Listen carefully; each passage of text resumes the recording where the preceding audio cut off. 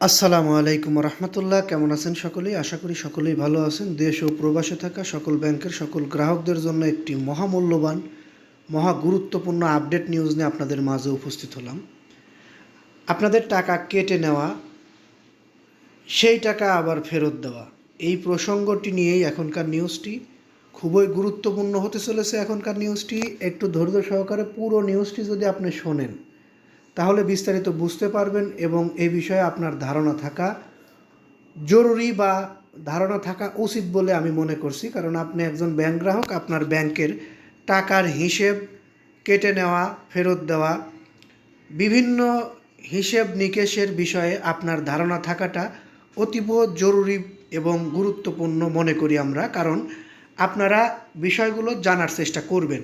সঞ্চয়পত্রে বেশি কেটে নেওয়া উৎসে কর ফেরত পাবেন বিনিয়োগকারীরা।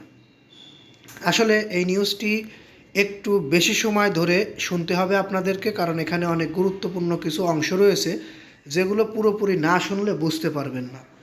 সঞ্চয়পত্রে ৫ লাখ টাকা পর্যন্ত পঞ্জীভূত বিনিয়োগের বিপরীতে অর্জিত মুনাফার উপর গত ডিসেম্বর ও জানুয়ারিতে ৫% বদলে ১০% উৎসে কর কেটে নেওয়া হয়েছে। বাড়তি নেওয়া টাকা ফেরত দেওয়ার উদ্যোগ নিয়েছেন সরকার। নিয়ম অনুযায়ী সঞ্চয়পত্রে ৫ লাখ টাকা পর্যন্ত পঞ্জীভূত বিনিয়োগের বিপরীতে অর্জিত মুনাফার উপর উৎসে কর ৫%। পেনশনার সঞ্চয়পত্রে ৫ লাখ টাকার নিচে বিনিয়োগের মুনাফার বিপরীতে উৎসে কর নেই।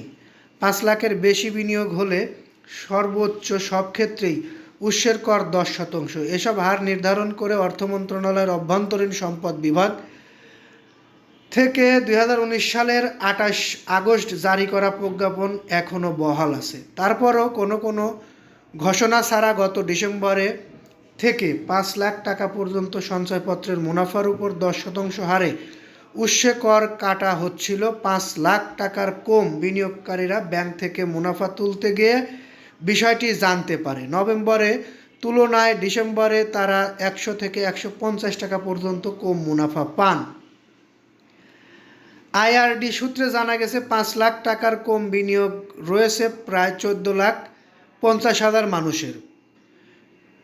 পেনশনার সঞ্চয়পত্রের গ্রাহকদের বাদ দিয়ে ১০ লাখ বিনিয়োগকারী ধরলে এবং গড়ে মাসে ১২৫ টাকা করে বাড়তি কর কাটা হিসেব ২ মাসে প্রায় ২৫ কোটি টাকার বেশি কেটে নেওয়া হয়েছে। অর্থাৎ ১০ লক্ষ বিনিয়োগকারীর যদি মাসে ১২৫ টাকা বাড়তি কর কাটা হয় তাহলে মাসে প্রায় ২৫ কোটি টাকার বেশি কেটে নেওয়া হচ্ছে।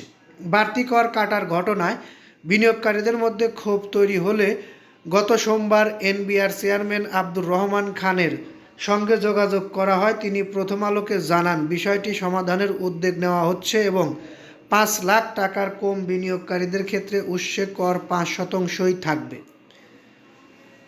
এই নিউজটি কেমন লেগেছে আপনারা আমাদেরকে কমেন্টে জানাবেন এবং আপনাদের মতামত জানাবেন। বিশেষ করে আমাদের নিউজটি ভালো লাগলে একটি লাইক দেবেন। পরবর্তীতে আমাদের থেকে এরকম নিউজ পেতে অবশ্যই কমেন্ট বক্সে কমেন্ট করে জানাবেন এবং পরবর্তী নিউজ পেতে চ্যানেলটি সাবস্ক্রাইব করে বেল বাটন অন করে রাখবেন। এই আশা ও প্রত্যাশা রেখে এখান থেকে বিদায় নেই। আসসালামু আলাইকুম।